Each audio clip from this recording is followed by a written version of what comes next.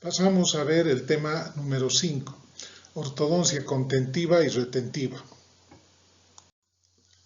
¿Cuál es la definición? Es la parte de la ortodoncia destinada a mantener y asegurar las correcciones efectuadas por el profesional durante el tratamiento correctivo y durará hasta tanto se restablezca el fisiologismo y consolidación ósea normal, evitando que se produzcan las recidivas. La ortodoncia contentiva o retentiva es aquella que se tiene que utilizar después que se ha realizado ya el tratamiento correctivo. Es decir, vamos a retirar los brackets y posteriormente ya tiene que echarse mano a la ortodoncia contentiva. ¿Qué es lo que va a hacer la ortodoncia contentiva? La ortodoncia contentiva va a tratar de mantener esa posición que se ha adquirido con la ortodoncia correctiva, es decir, que no se muevan los dientes, que se mantengan en su lugar. Cuando se saca los brackets, cuando se retiran los brackets, siempre los dientes uno no sabe cómo van a reaccionar. Entonces, para consolidar el tratamiento que hemos hecho, pues echamos mano a la ortodoncia contentiva o retentiva, y esta es la que va a ir fijándoles a los dientes un tiempo más hasta conseguir que esa consolidación de las piezas dentarias en esa nueva posición. De esa manera, ¿qué estamos haciendo? Estamos evitando que existan las recidivas, que se muevan los dientes. No debe haber un profesional en la tierra que no haya tenido un fracaso de recidiva en un tratamiento que ha hecho. Puede ser la recidiva total, parcial, es decir, puede ser en todos los dientes o a nivel de un solo diente que éste se haya movido. Es decir, muchas veces nosotros hacemos todo para que no se mueva, pero de la misma manera va a haber alguna cosita que nos va a fallar. ¿Qué es lo que está pasando? Está habiendo un poco de recidiva.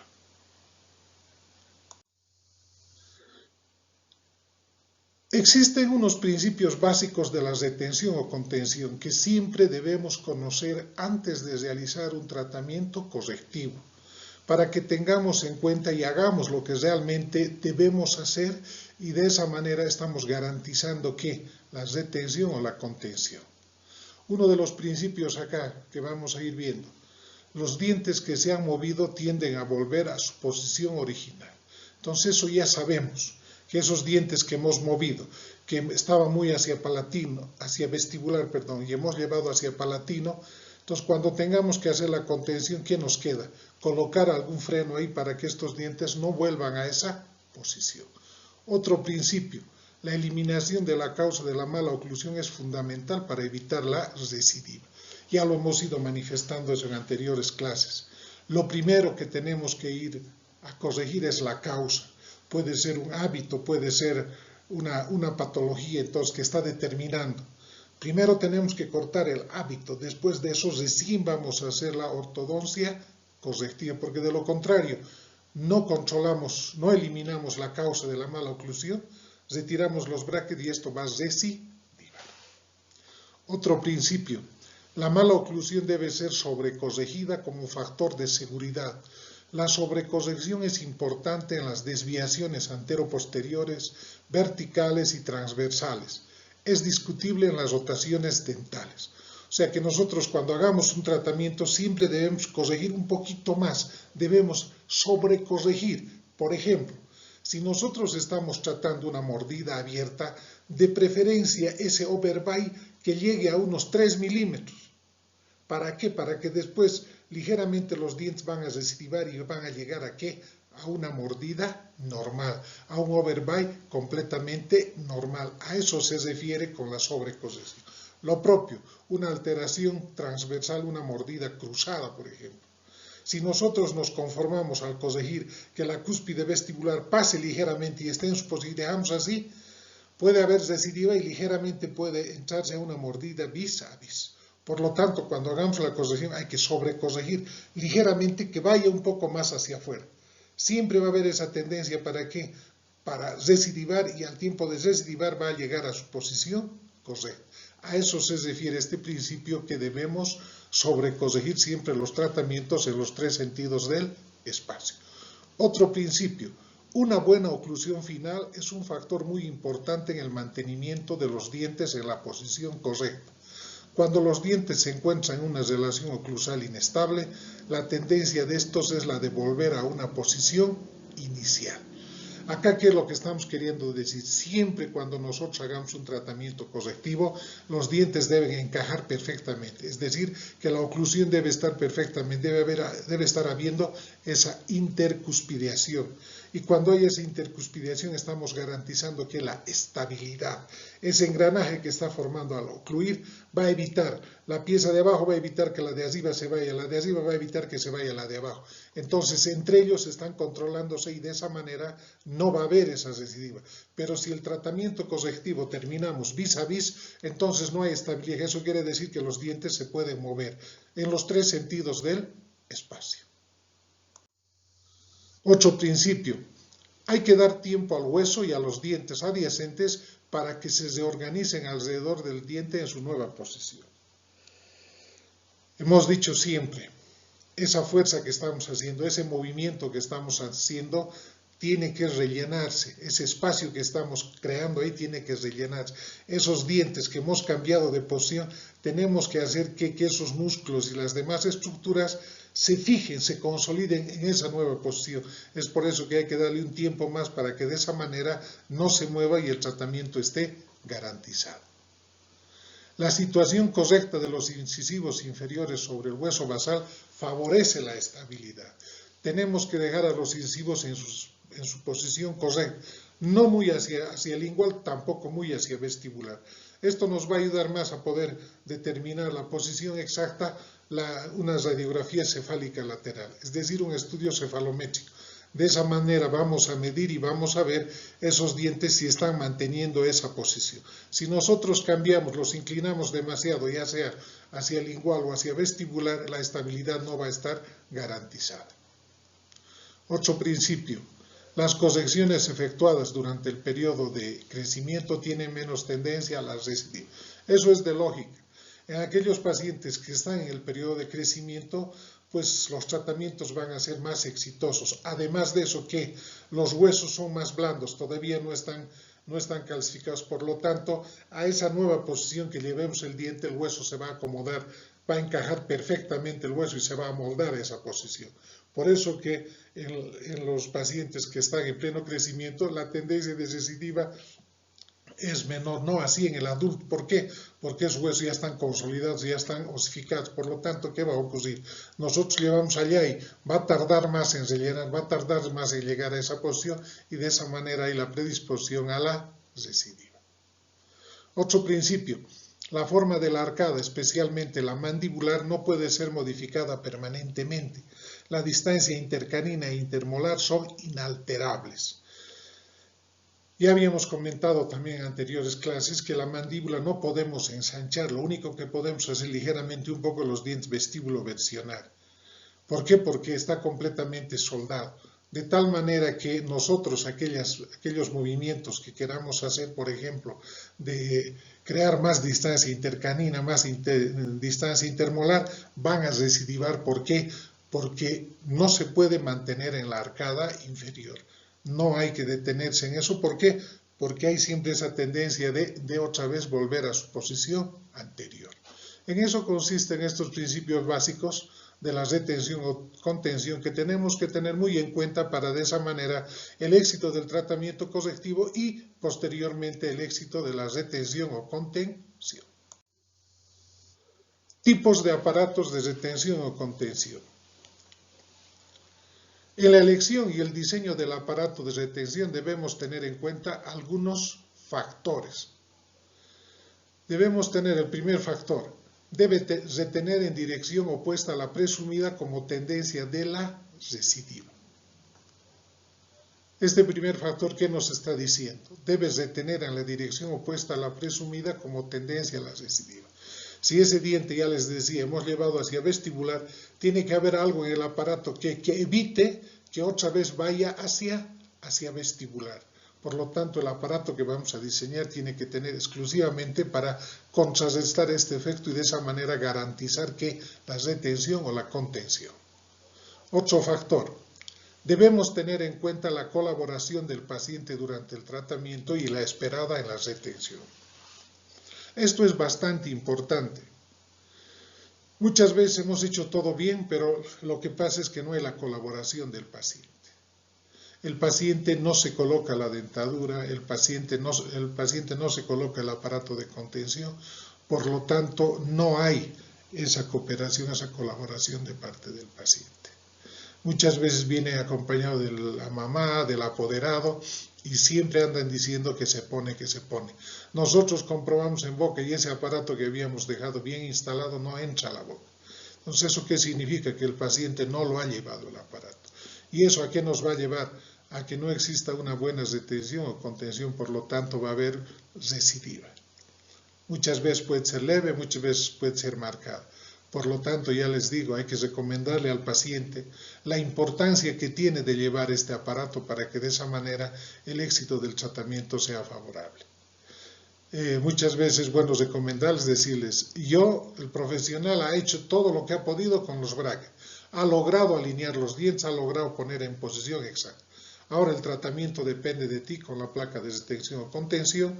Si tú no lo llevas, esto se desmorona, esto se mueve y estamos alterando otra vez la oclusión, por lo tanto va a haber recidiva y eso ya no es competencia del profesional. Tratar de hacerle entender lo mejor que se pueda para que de esa manera pues tengamos el éxito del tratamiento. Otro factor, debe ser todo lo cómodo que sea posible, indudablemente. No nos olvidemos que el paciente ya ha estado 1 año y medio, 2 años con el aparato correctivo. Entonces debemos tratar de que esto sea lo más cómodo posible y que no le siga complicando la vida al paciente. Es decir, que no le moleste, que no le interfiera. Tratar de hacer lo más cómodo posible. Otro principio, debe ser higiénico y fácil de limpiar. Otro factor, debemos considerar la repercusión estética.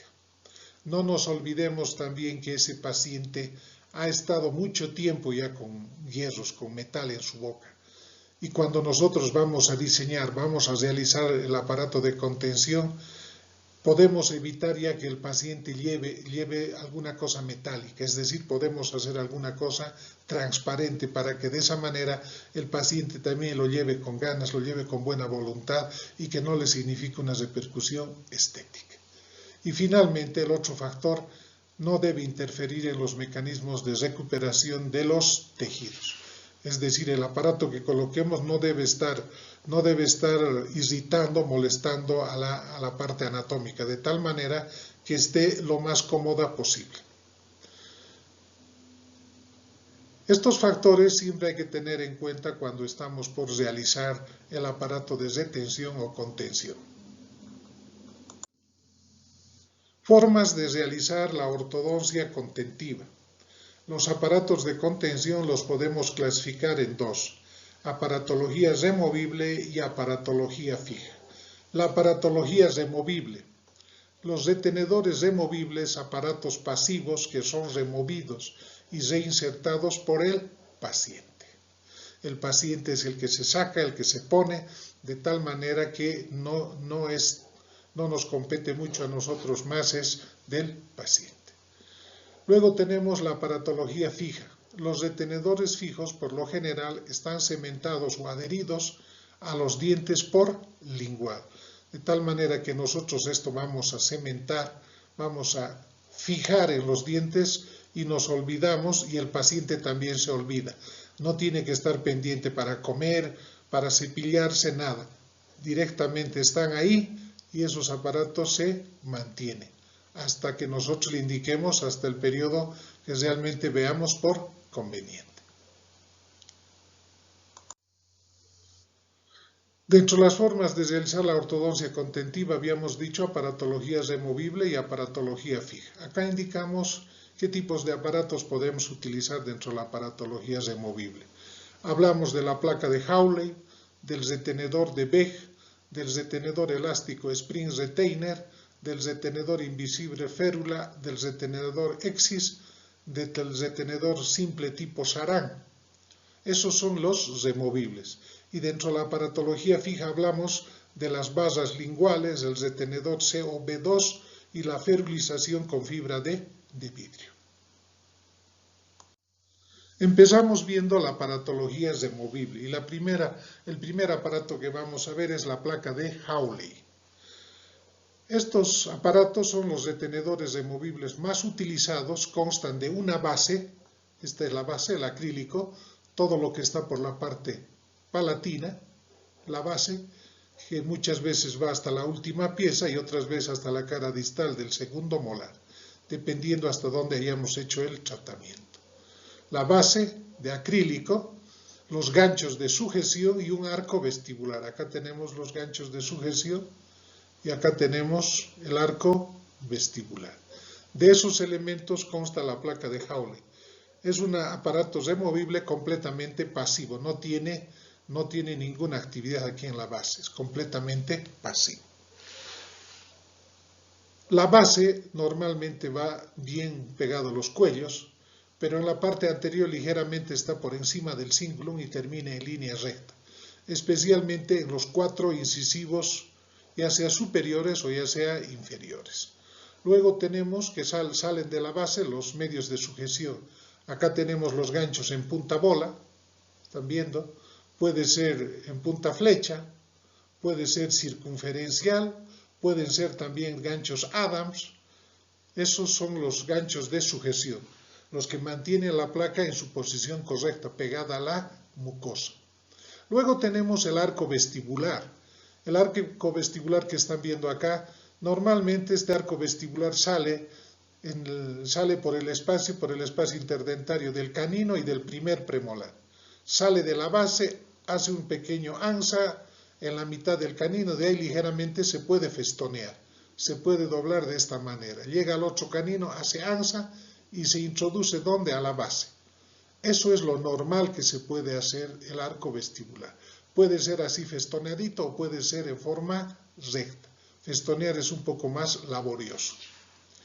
Normalmente este arco vestibular se hace cuando no ha habido extracción en la arcada dentaria, es decir, todas las piezas están presentes. Pero como ven en este caso, por ejemplo, ha habido extracción. Entonces, cuando ha habido extracción de acá de un primer premolar, este arco vestibular no debe salir por acá, por este espacio interdentario entre el canino y el premolar. Este arco vestibular debe salir por el espacio interdentario del segundo premolar y del molar. Debe venir por acá. Por acá debe salir, debe hacer el ansa y de acá debe ir festoneándose hasta el otro segundo premolar. Acá hacer el ansa y entrar directamente a la base. De esa manera. ¿Por qué razón? Porque si nosotros hacemos un arco vestibular así como estamos viendo acá, con extracciones, ¿qué va a pasar? No está conteniendo esta distancia, no está conteniendo este espacio, este espacio se va a abrir, va a recidivar, aquí va a haber espacio. Este alambrito más bien poco a poco va a ir entrándose, no es conveniente hacer. En cambio, si hacemos desde atrás, cuando ha habido extracciones, desde atrás acá estamos sujetando a todos los dientes que están por delante, de tal manera este espacio en ningún momento se va a abrir. Este espacio va a mantener cerrado. Y con esta ansa que están viendo que va a venir acá atrás, vamos a ir presionando para que de esa manera no exista la recidiva, no se cree ese espacio que hemos hecho para cuando hemos hecho la extracción.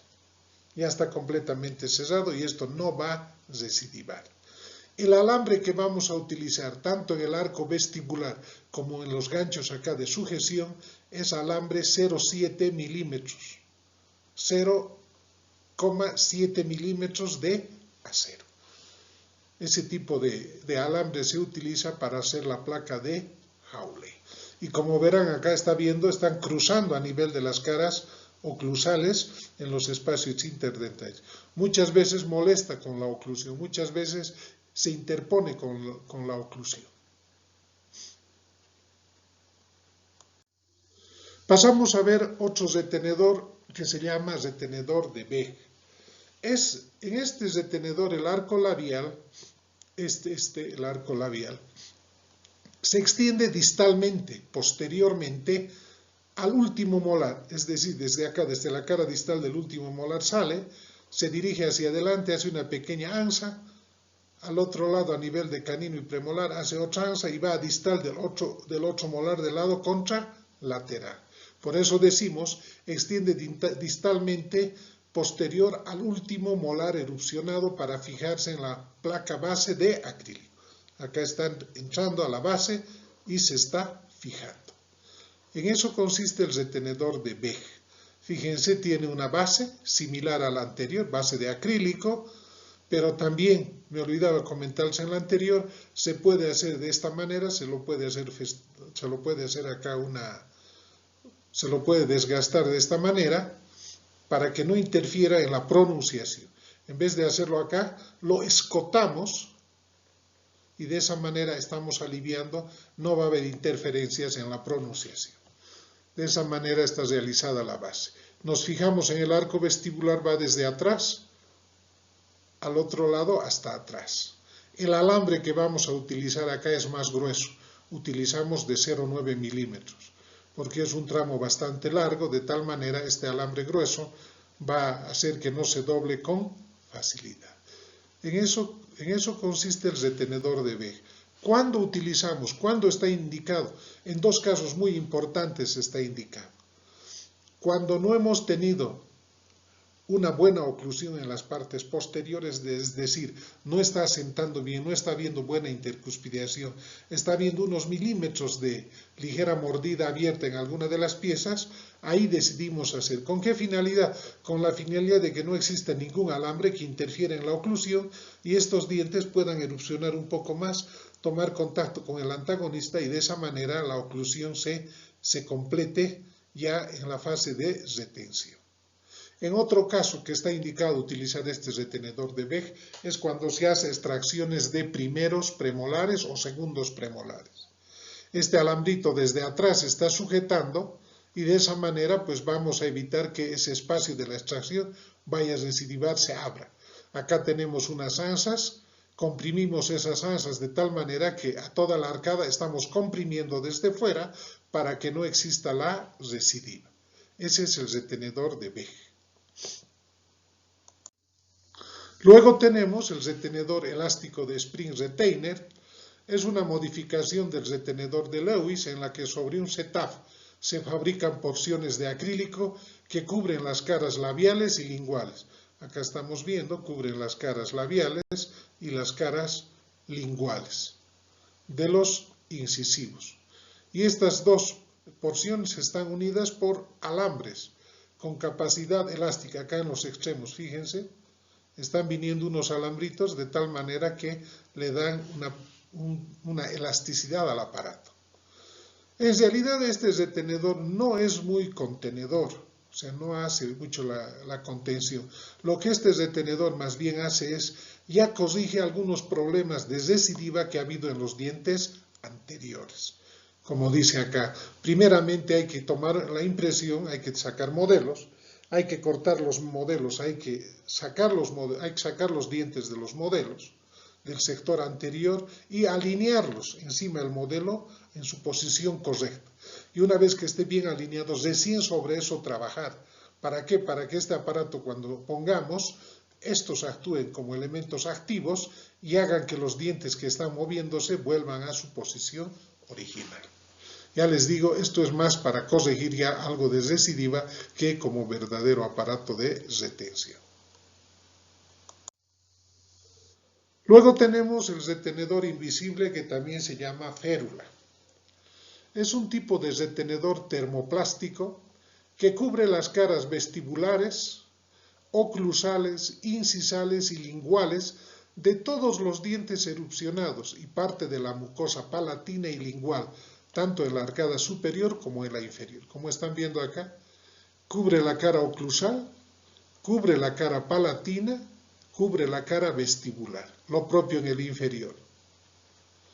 Este termoplástico que se utiliza debe ser de 2 milímetros de espesor, de grosor, 2 milímetros debe tener y debe ser la dura, porque existe duro y existe blando. Para la contención siempre se utiliza la dura. Otra cosa importante acá, en esta férula, siempre por palatino se debe dejar una porción que asiente que asiente sobre la mucosa palatina o sobre la mucosa lingual, como están viendo acá. Del borde cervical de los molares, de toda la arcada, por lo menos 1 centímetro a 1,5 centímetros que vaya. ¿Para qué? Para que le dé mayor estabilidad y para que le dé mayor dureza al aparato. Siempre por palatino y por lingual debe dejarse esa demasía. En cambio, por vestibular casi siempre debe terminar a nivel del cuello de las piezas dentarias. Casi siempre. Lo correcto es que termine a ese nivel, a nivel del cuello. Repito, por dentro se prolonga. Vamos a ver acá enseguida. Acá estamos viendo, fíjense. Por vestibular debe terminar de esa manera, festoneado al cuello. ¿Por qué razón lo hacemos así? No nos olvidemos que en el tratamiento correctivo, estando el paciente con brackets, ¿qué es lo que ha ocurrido? Ha habido acumulación de placa bacteriana, por lo tanto esas papilas están bastante congestivas, están bastante irritadas. Y hemos dicho que el aparato de contención o retención no debe alterar las estructuras. Por lo tanto, entonces, no debe estar sobre esta papila, porque de lo contrario sigue irritando a la papila. Es por esa razón que no hacemos de esa manera. Pero existen otros autores que lo hacen ligeramente recto y lo prolongan hasta más arriba. Se puede hacer también, no es que esté contraindicado, pero nosotros preferimos hacer de esta manera, teniendo ese cuidado de las papilas. Como verán, de esa manera.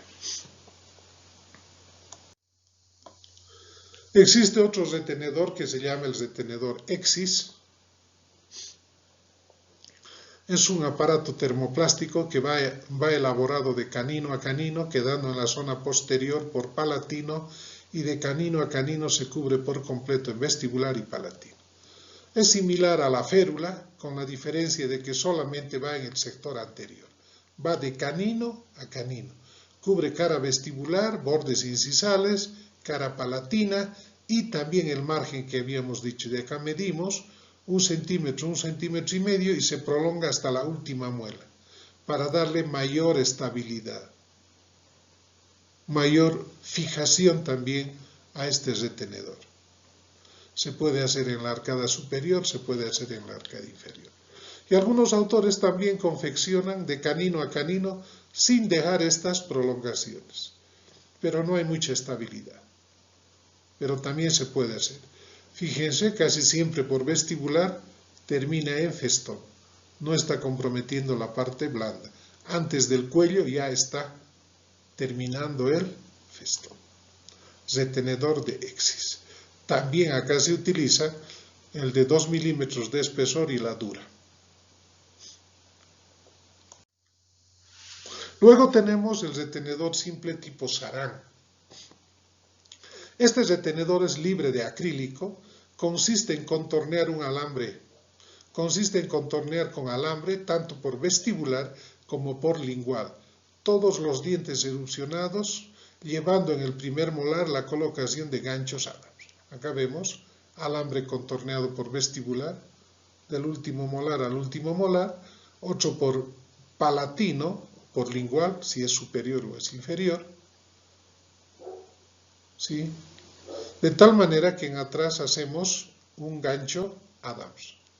O podemos hacer pequeños puentes donde no interfieren la oclusión, con el mismo alambre, unir lo de afuera con lo de adentro y hacer soldadura acá con soldadura de plata. De tal manera estos puentes se están manteniendo, podemos hacer a nivel del canino, a nivel de los premolares, de tal manera que están manteniendo ambos arcos. No tiene nada de acrílico. Lo que sí es un poquito molestoso el doblar el alambre de esa manera que adapte perfectamente a la cara palatina o vestibular de la pieza dentaria. Otra forma de poder hacer.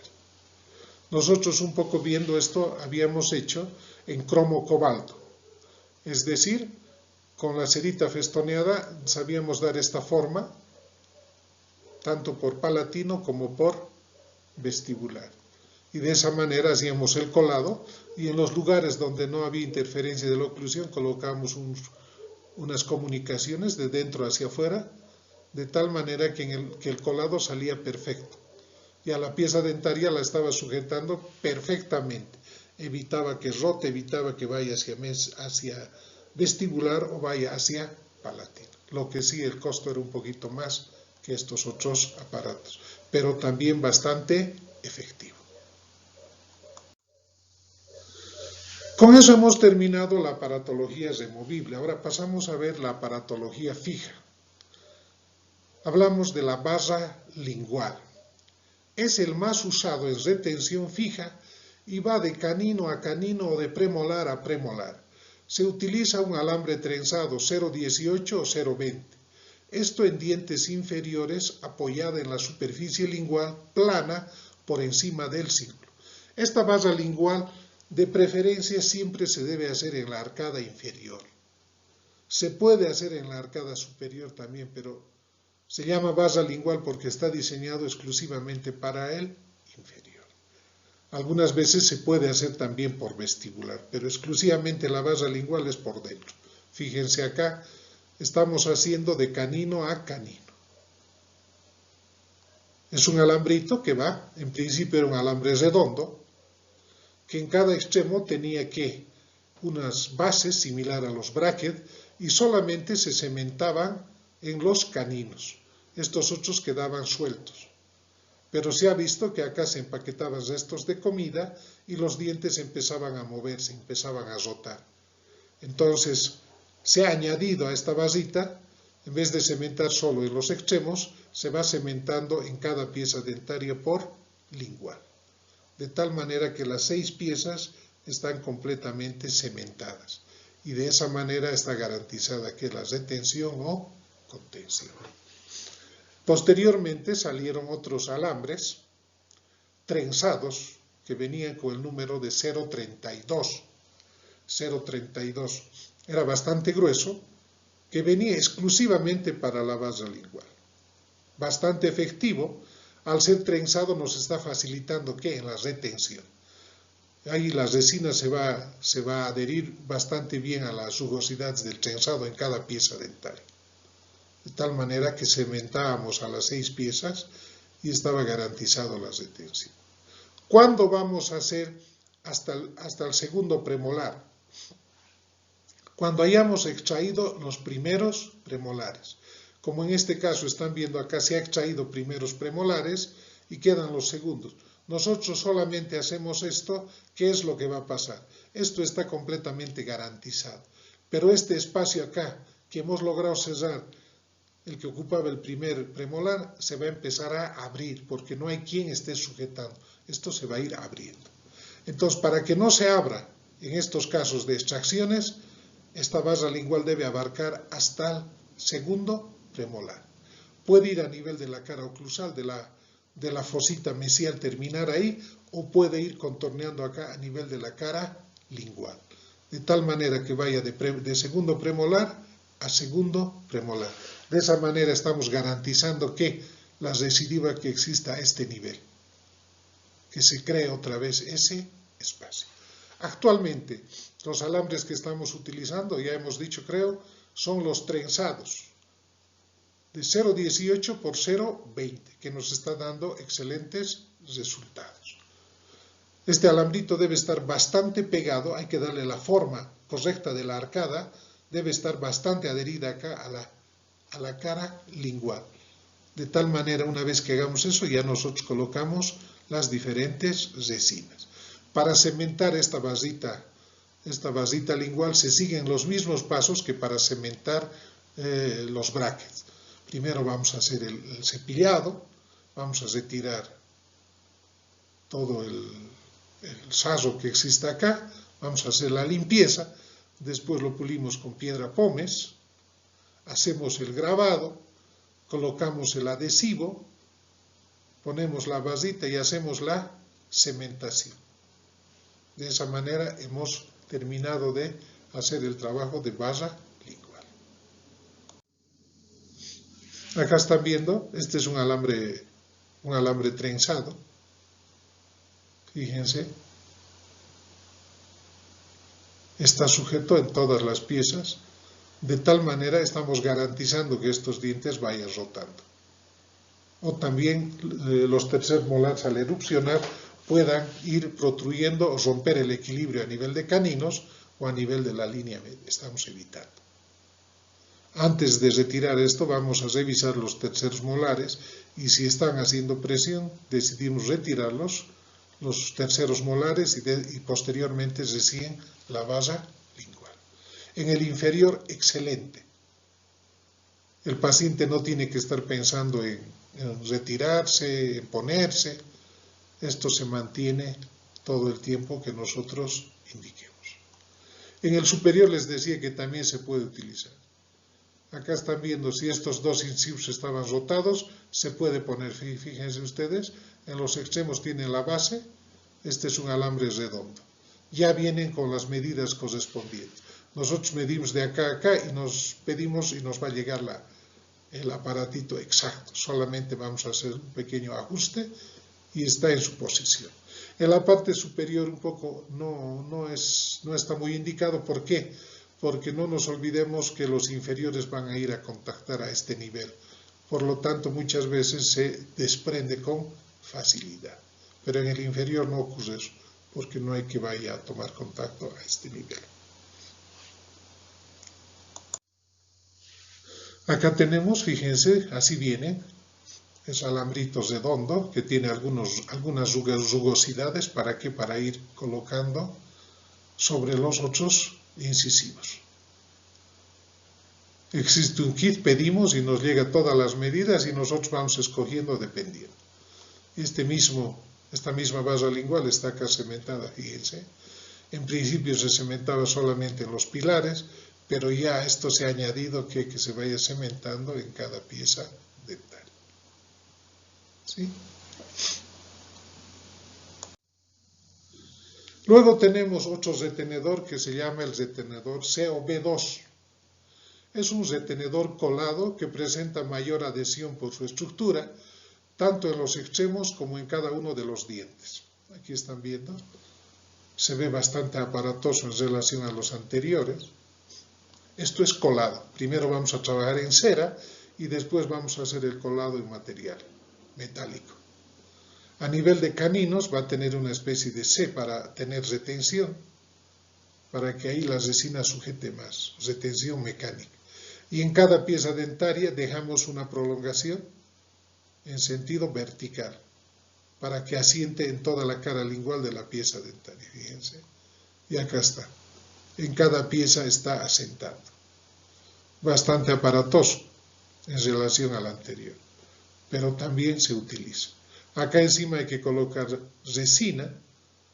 Ya hemos indicado más o menos los pasos. Siguiendo esos pasos, colocamos la resina.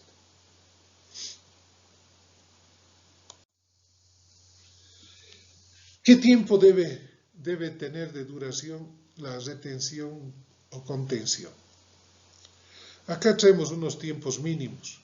Por ejemplo, en la retención removible durará 6 meses como mínimo.